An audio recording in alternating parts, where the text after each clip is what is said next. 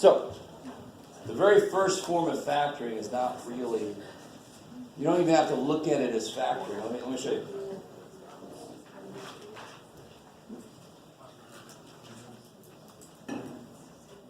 All right. So a little motivation first.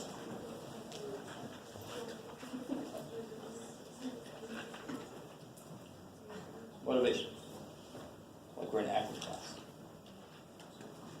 So if I multiply this through, I get 14x squared. Now, if I look at that, obviously those share something because I just gave them both a 7 and an x. So then I can say that I should be able to go backwards then. I can take a 7x back out. And then 14 divided by 7 is 2. There's 2 x's. I take 1 x away. There's an x left.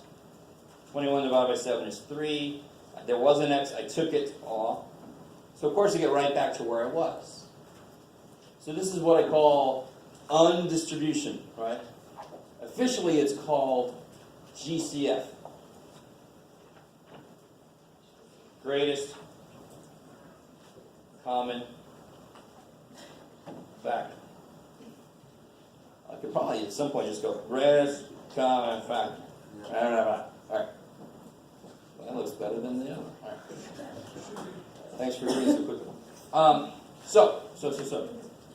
How did I know I could take a 7 out of both? Well, 14 and 21 both have 7 in it. You should have some practice with this as far as reducing fractions. You have to think about what number can go in a both.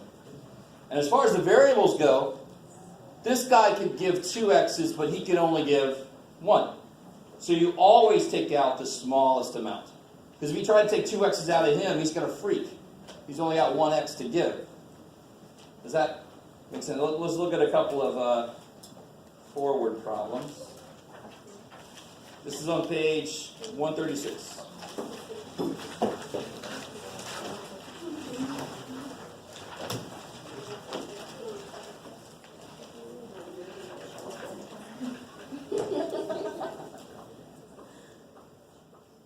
So what comes out of these two? And now watch. This is a little thing, but it's important. I'm going to put 3y over there. A little bit. So now I can put the answer for 6y squared right below it, because it's kind of funny. If you put the thing right below it, you might forget about that, dude. What do I mean by that? Well, if I take a 3y out of 6y squared, what's left? 6 divided by 3 is 2. I had 2 y's. I took 1, so I have 1 left. So it makes sense that if I distribute, I multiply. If I undistribute, I divide. It's amazing. And how do you check yourself? Well, multiply. 6y squared, sweet. I'm on the right track. Now watch this. What's 3y divided by 3y? 1. I like it. I'm a 3. So this is GCF. And it doesn't matter how many terms there are. So if I have that, what comes out of all 3? A 5. Any variables come out of all 3. This guy at the end can't give any. So if you try to take any x's out, he's going to be like, what the shit? Right? So you take a 5 out. What's left here? X squared minus x. Woo. And now you check yourself, just multiply back in and make sure that you go back to where you just came from. I like it.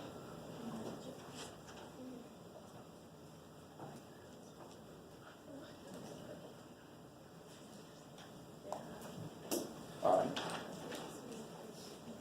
I don't like the way this book does things. It's too bad for me. Bottom of page 137. You guys try to do that one.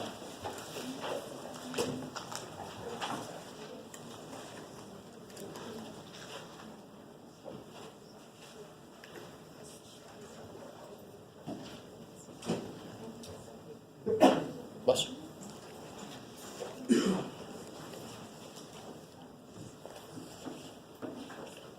Anybody not get their test back? They might have come in. They're back.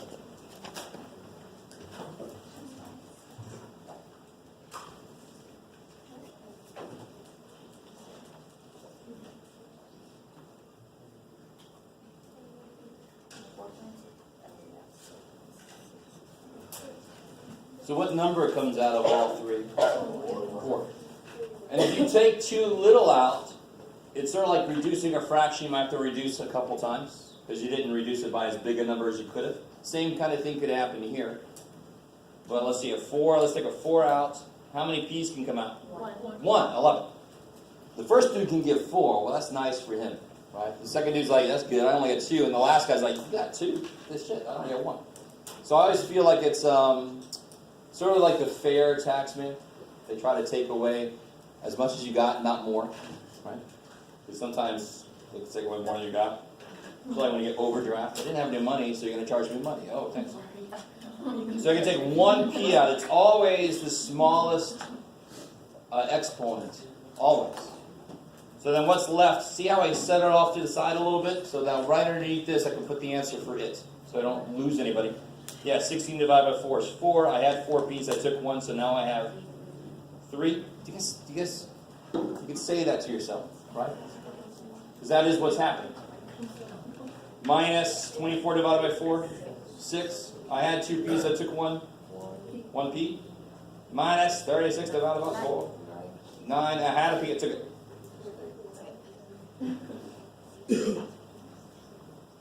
How are we doing there? Is everybody decent? Okay. So just make sure you guys see the whole thing. I wrote it a little bit weird. 4p cubed minus 6p minus 9. Pow! Because if you multiply this back out, you do end up here. I like it. All right, try number 3 there.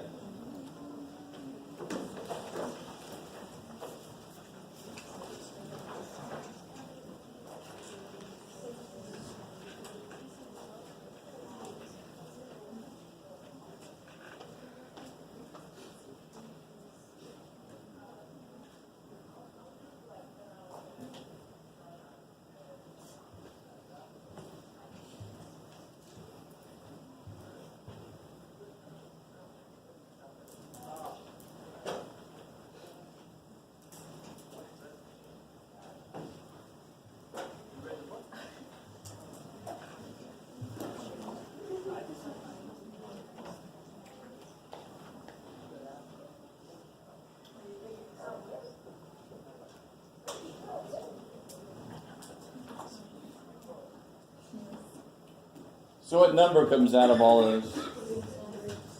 6.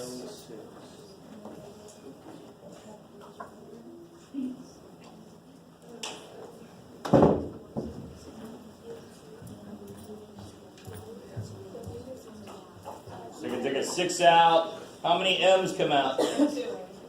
Whoop, 2. I like it. So that first term, 18 divided by 6. 3. I had 5 m's. I took 2. Yeah, I got 3 left. Yeah.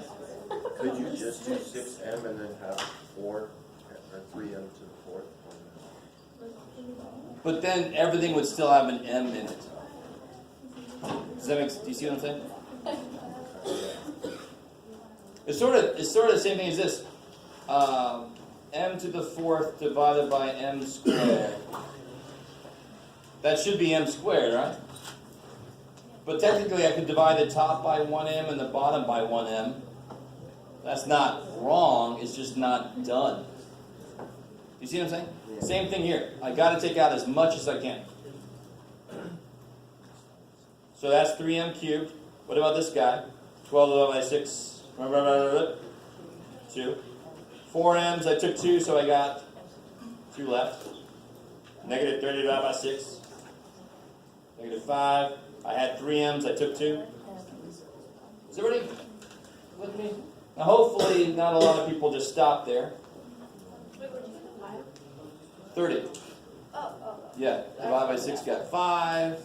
This last term doesn't become plus 0 because I'm dividing. What is 6m squared divided by itself? 1. So if you left that out, to check it, you go this times that, this times that, this times that. Where's the last term come from? Oh shit. So another way to look at this plus 1 is a placeholder. is this guy's placeholder, right? To make sure that he shows up when you multiply back out. A slightly better way to look at it is something divided by itself is freaking 1. You know, that's the very direct way to think about it. I like it. Okay. I use 3. Say again? I use 3. Why is it different? Oh, yeah, okay, let's do this again. Let's do this one again, but let's say I thought it was, you did 3m squared, right? Okay, now watch what happens. So then I would get 6m to the third, right? Divided by 3, divided by 3 would be 4m squared minus 10m plus 2, right? But now what number goes into all these? 2. So now if I take a 2 out, 2 times 3 will be 6. And all of these will go down by a factor of 2. It'll be at the same place. It's just like reducing a fraction and not dividing by enough in the first place, right? A fraction that some of you guys might know, 12 over 32. If I divide by 2, I get 6 over 16. Am I done? No, I just didn't divide by enough. No big deal. I'm not wrong. I just got to remember to go one more step. Divide by 2 again. You guys with me? It's the same idea. If you don't take out enough, you'll be able to see on the next step, you'll be able to say, oh shit, there's still a 2 in everybody. I better take a 2 out. So when you factor, you do something and then you step back and you say, am I done? How do I know I'm done here? Basically because of that 1 really. But there's no m's in this guy and there's no number that goes into all the numbers. So then I know I'm done. Why is there 1 n next to the 1? Because he had 2, and how many did I take? 2. So he's got no m's left, poor little dude. Alright, I like it. Everybody good with this so far? Normally you can really sink your teeth into the GCF, greatest common factor. What about number 4 there? Try that one.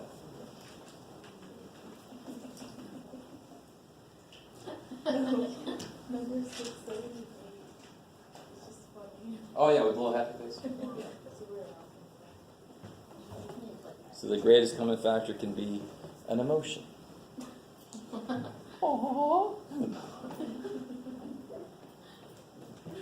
Some Lifetime movie description. Sometimes the greatest common factor can be love. Huh? Singing? 2?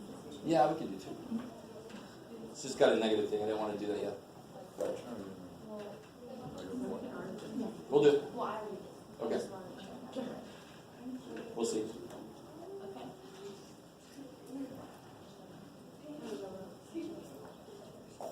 So again, I don't care how many variables I throw into stuff.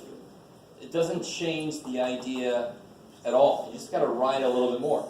So look at the numbers first. What comes about all the numbers? Right. Definitely 5. How many A's can I take out? 3 is the least I see. All right, you little kid. Go ahead. I write that enough on my own.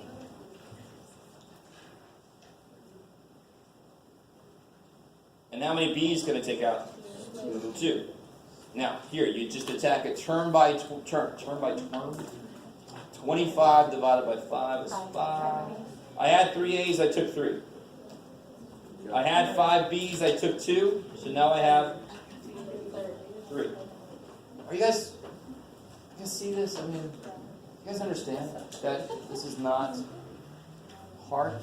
And the beautiful thing is very easy to check. How do I check what I've done so far? 5 times 5 is 25. A cubed, B squared, B cubed is B5. Looks good so far. Plus 50 divided by 5 is 10. I had 4 A's, I took 3. Got 1. I had 4 B's, I took 2. And then minus 15 divided by 5. 3. I had 5 A's, I took 3. I had 2 B's, I took them. Aw. How do I know I'm done? He's got no A's, he's got no B's, and the numbers don't agree.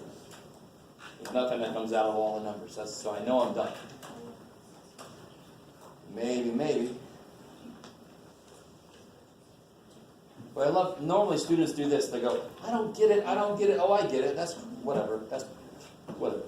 There's nothing in the middle. I don't know, you guys see what I'm saying? There's always, I don't understand it. I get it. All right, who cares? That's nothing. That's easy. I'm like, good Lord, enjoy it for a second that you understand. So, sorry, I just had to get that out.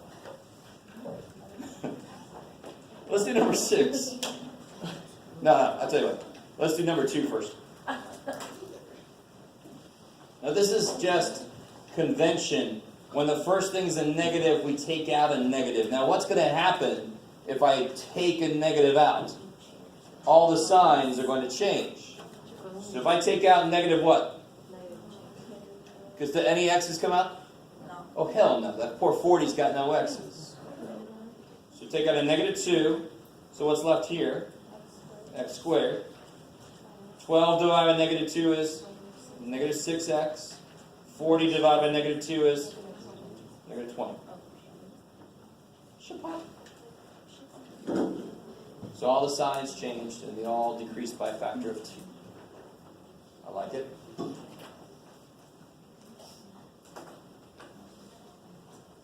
Number 6. It is kind of silly, but it's just showing you the idea doesn't care if we use symbols from algebra or just symbols. It doesn't care. X times half the face plus twice half the face. What comes out of both? Half the face.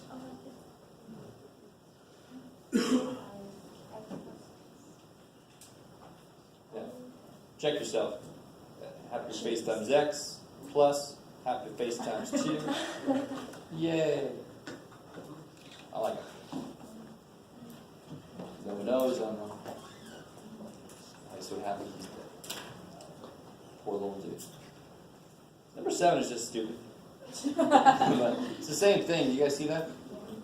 They just put parentheses in there. Who cares? Now here's where things get more interesting. And again, this is where I really disagree with how they put this together, but just one person. Now watch this. Help me out here. X times A plus Y times A. That's amazing. What happens here? What can come out? A. Because this and what if I would have put a B and a B? You would have taken that B out. Whatever the shit is the same, you can take out. Is that cool? Now, get ready. I'm going to write the same exact thing I just did. You know when I say it like that, it's not really.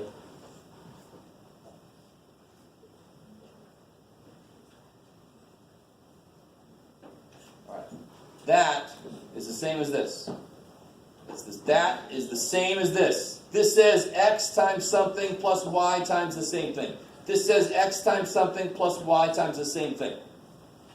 What did I take out up here? The a, because that's what both of them had. What do both of these have?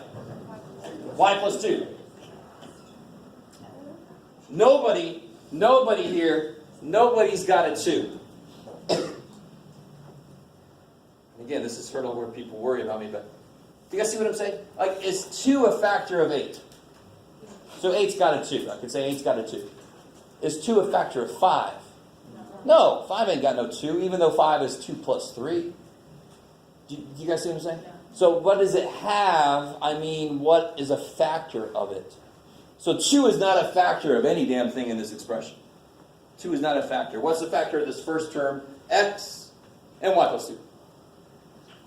Y and y plus 2. Because if y is 7, what number is this? 9. Then they would both have a 9, wouldn't they? So whatever y is, they both have y plus 2. So what can come out? Freaking y plus 2 comes out. And what's left? X plus y. Let's check ourselves. Y plus 2 times x, there. Y plus 2 times y, there. Check. I'm not saying that when you multiply this, you can stop here. You guys understand? You would FOIL this bad boy if I gave you this problem, wouldn't you? Right? But I started here. And I can see what can come out is the y plus 2, so I take that out. Maybe. So what about here. You guys try this one. Oh, here. I got some over here. Try number 10.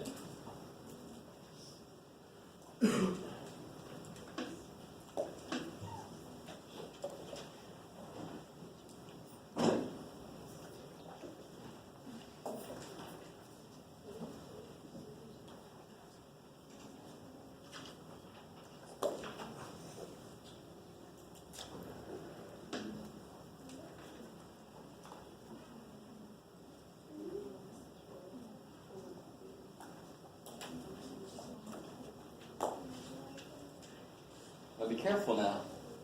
The instructions are factor these. So you should not be multiplying anything. Almost never will I multiply when the instructions say factor. Because that's the exact opposite of what they're asking me to do. So don't start distributing the y squared. How many terms, let me ask you this weird question. How many terms are there here? 2. 1, 2. What do both terms have? Y plus 1. So what comes out? Y plus 1. What's left in this guy? Y squared. Just cover up the thing you took out. Y squared. What's left in the second guy? Y squared. Let me write that again. Y plus 1, y squared minus 3.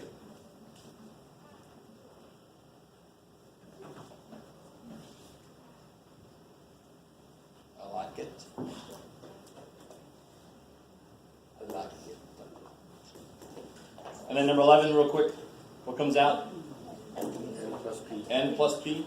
And what's left? M plus K. M plus K. That's crazy. Alright, a couple more for today and that's it. We'll get out of here just a little tiny bit early.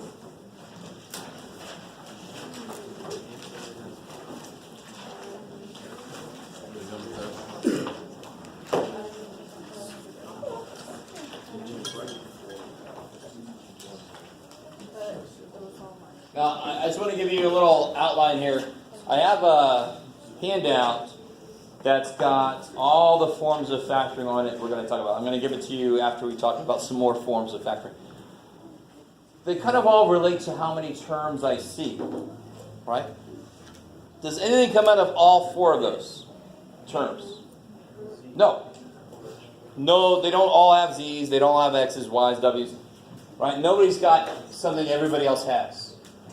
But, so what I do then is, anytime I see 4 or more terms, try to group them. And this is the way I try to group them first. If this doesn't work, I would rearrange them. Out of the first 2, do you see something that comes out? X. And what's left? Y plus Z. Out of the next 2, see that plus sign? Don't forget that poor little plus sign. What comes out of these 2? W. W. Y plus is it. And now what comes out of both of these? Y plus Z. X plus W. Now let me see if I can make you suffer through this. And you're like, dude, you made us suffer through so much. Now stay with me. I'm about to do extra shit, okay? And you never have to do what I'm about to do. Sometimes people turn off, just watch this. This is going to make this a little more concrete. Because this is very amorphous. You're all like X's and Y's and Z's and they're still whatever. Well, I want to show you what we're actually doing. How many numbers does this represent? Every number. An infinite number of things. Because I can make X, Y, Z, W, anything I want to. Are you guys with me? So let's pick some numbers. Keep them nice, sort of nice. Give me a number for X. 1. Wow. Let's make it something. 10. 10's fine. What about for Y? 4. 4. Z? 13. 2. W? 9. 6. Poor Jonah got shut down. Now, what number is this to begin with? It's XY, let me write it down here. XY plus XZ. Just stay with me. WY, WZ. So what's X times Y? 40. 40. Is that cool? What's X times Z? 20. What's W times Y? 24. 24. And what's W times Z? 12. So now add these, and you were 96, I think. Okay, now watch. Now stay with me now. So that would be the number that this represents at the beginning if these were the values. Now, where do these numbers come from? You guys, you could have said X is negative 13.7, Y is square root of 111. Good Lord. Yeah, I know. Good. I got some smart asses out. Now watch. We just factored, so when we do this, the reason this is not like immediately easy is because we just factored an infinite number of numbers at once. Here is specifically the number we factored if these are the values of the variables. Stay with me now. And they can be any damn thing they want to be, right? So if these are the values, that's the number we just factored. So this better be a freaking way to factor 96, or else we're screwed. Because we just said, how do you factor this? Like this. So what's Y plus Z? 6. And what's X plus W? 14. Try again. 16. And what is 6 times 16? 90 freaking 6. You guys understand? Do you understand? If you change X, Y, Z, W to whatever else you want it to be, then this will be a way to factor that number. That is really freaking cool. I don't know if everybody's with me. Or if you're like, sure. Okay, I think that's enough. That's fine. So, I'll see some of you guys. See some of you guys here in a few.